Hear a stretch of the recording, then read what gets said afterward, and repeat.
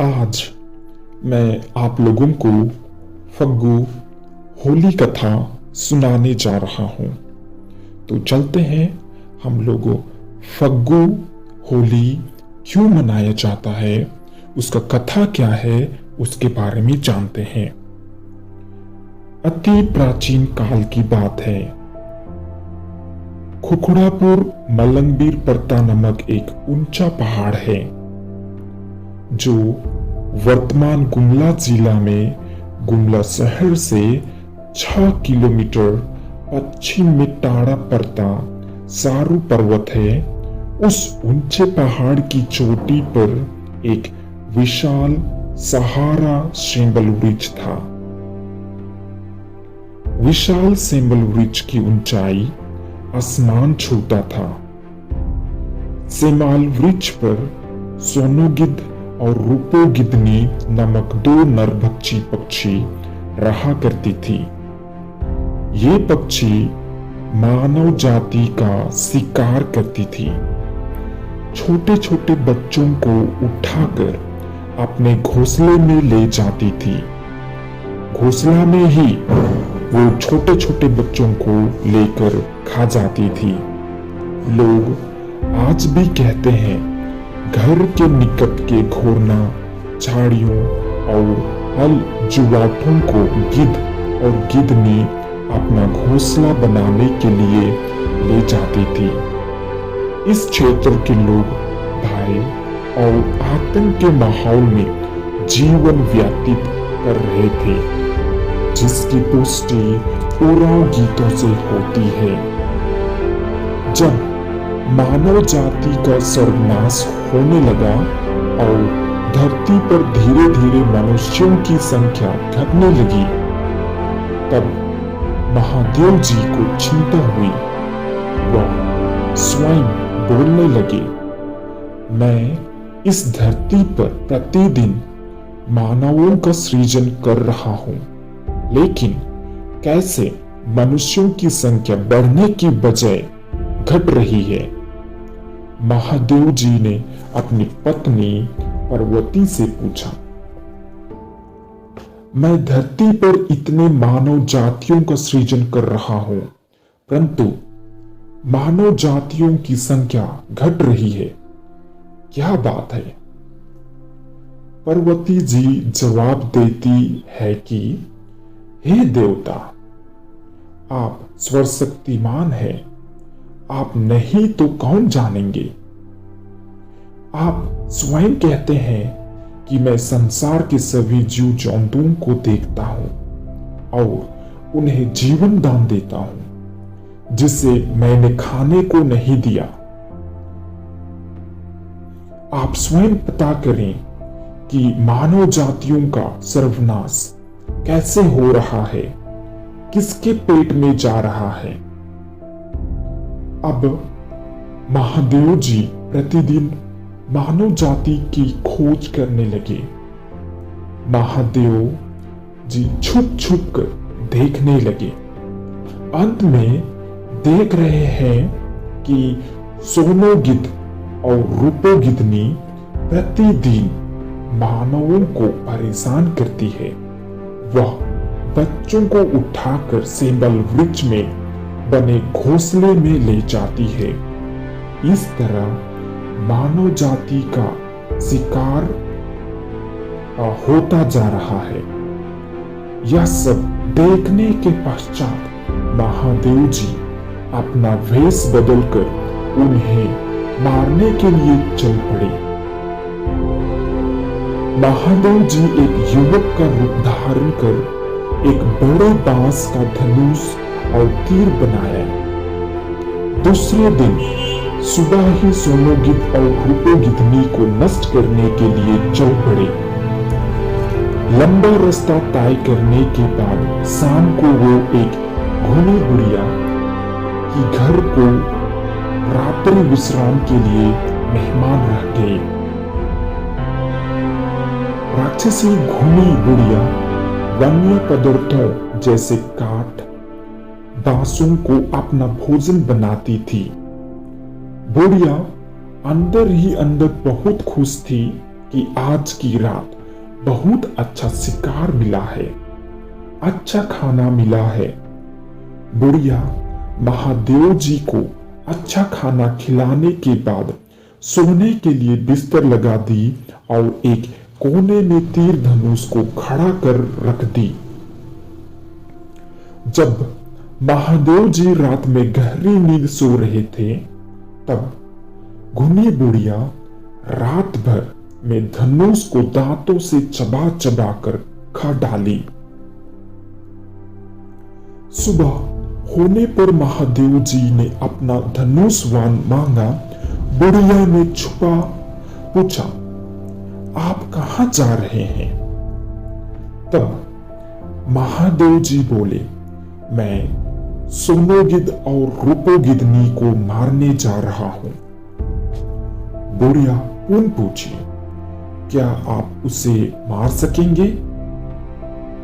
लो तुम्हारा तीर धनुष, कहते हुए बुढ़िया धनुष को महादेव जी के हाथों में दे दी। महादेव जी जैसे ही धनुष पर तीर चढ़ाया, धनुष टूट गया। महादेव जी घुनी बुढ़िया की चालाकी को समझ गए। उन्होंने परेशान होकर लोहादागा के लिए लोहराइन के घर पहुंचे। महादेव जी लोहरा से 10 मन लोहे का धनुष और 5 मन लोहे का तीर बनाने को कहा। लोहरा ने तीर और धनुष बना दिया। दूसरे दिन पुनः लौटकर महादेव जी उसी घुनी बुढ़िया के घर लौटे।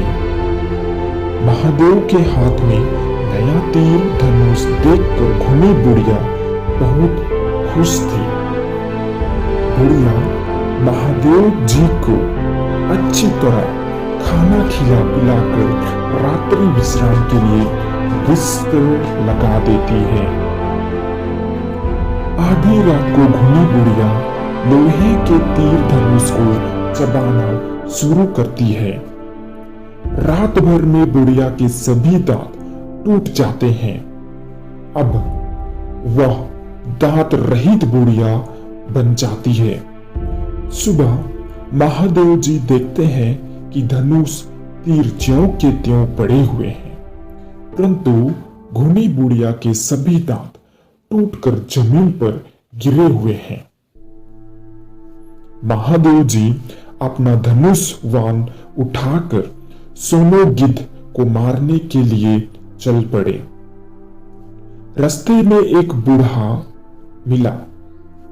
वह रस्सी बांट रहा था। महादेव जी उस बूढ़े व्यक्ति से पूछा, आप रस्सी क्या करेंगे? बूढ़ा ने बतलाया कि इस रस्सी से सिक्का और जोड़ी बना रहा हूं। सामान ढोने के लिए सिक्का और मवेशी बांधने के लिए जोड़ी काम आता है। महादेव जी ने पूछा, मलंगबीर परता कहां पर है? मैं सोनोगिद्ध और रूपोगिदनी को मारने जा रहा हूं। बूढ़ा ने कहा, सोनोगिद्ध रूपोगिदनी के पास क्यों जा रहे हैं? वह मनुष्य जाति को खाती है और हल जुलाठों से अपना घोंसला बनाने के लिए ले जाती है। वह आपको भी मार डालेगी और खा जाएगी।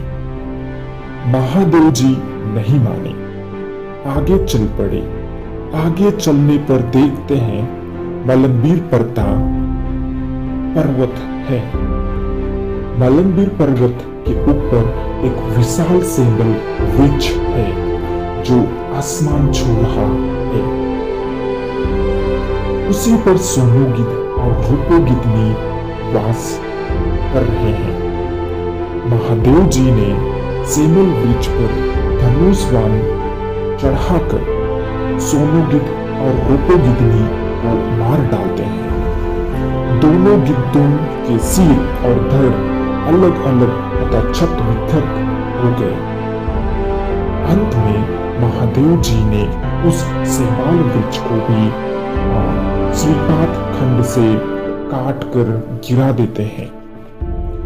महादेव जी इतना करने के बाद पार्वती के पास लौट आते हैं।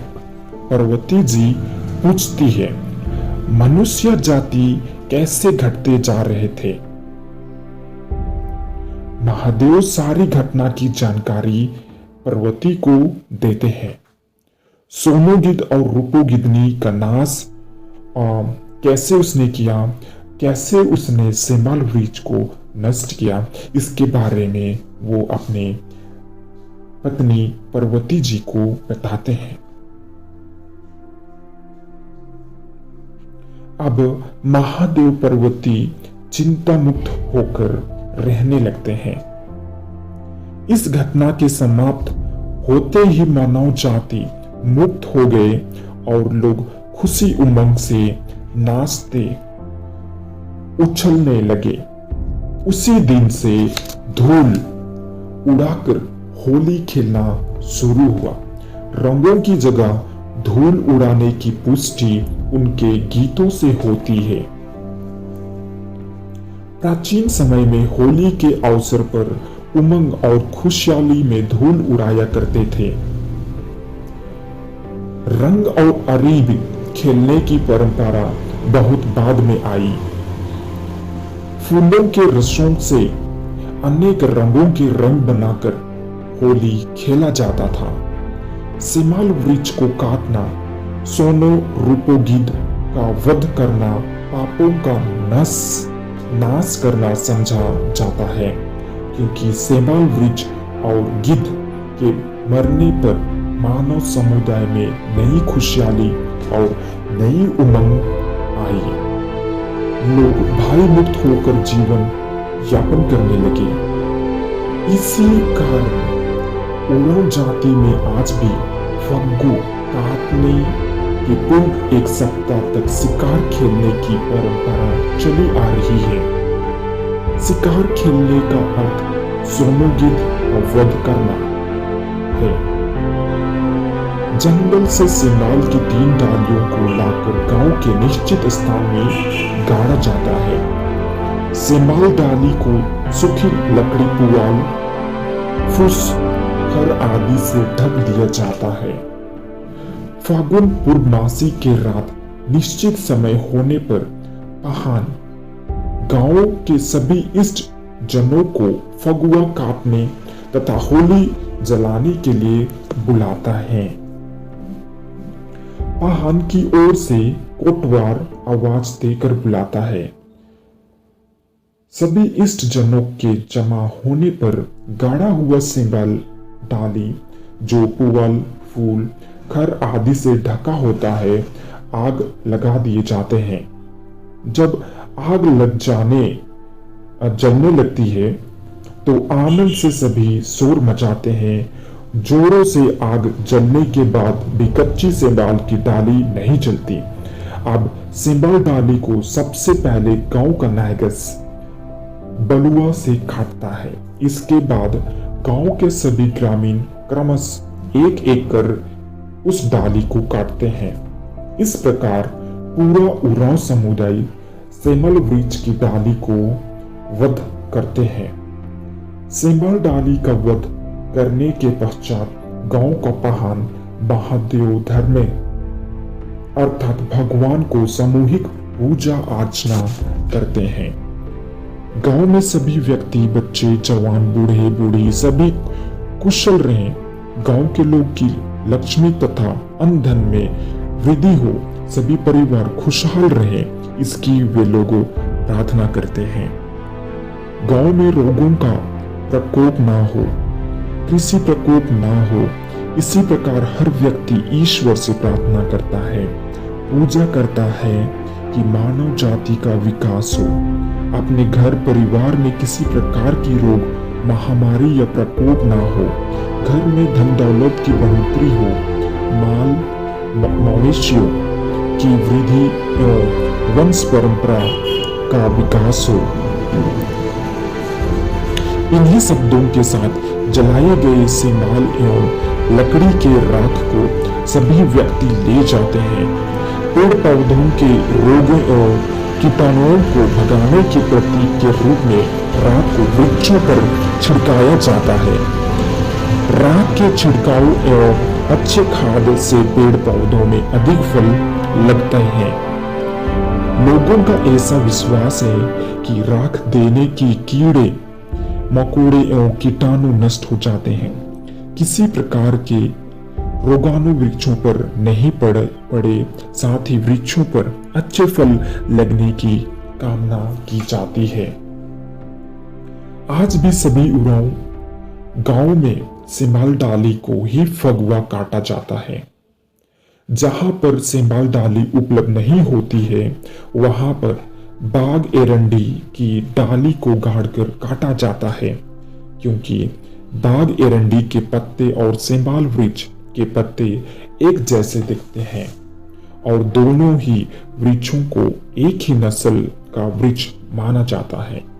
पूर्व से ही सेमाल वृक्ष की डाली काटने की परंपरा उरांव समाज में चली आ रही है, परंतु समय बदलता सभ्यता के विकास ने अनेक धर्मों एवं समाज को प्रभावित किया है, जिसके कारण फग्गू आज उरांव जन समुदाय का मुख्य त्योहार के रूप में मनाया जाता है।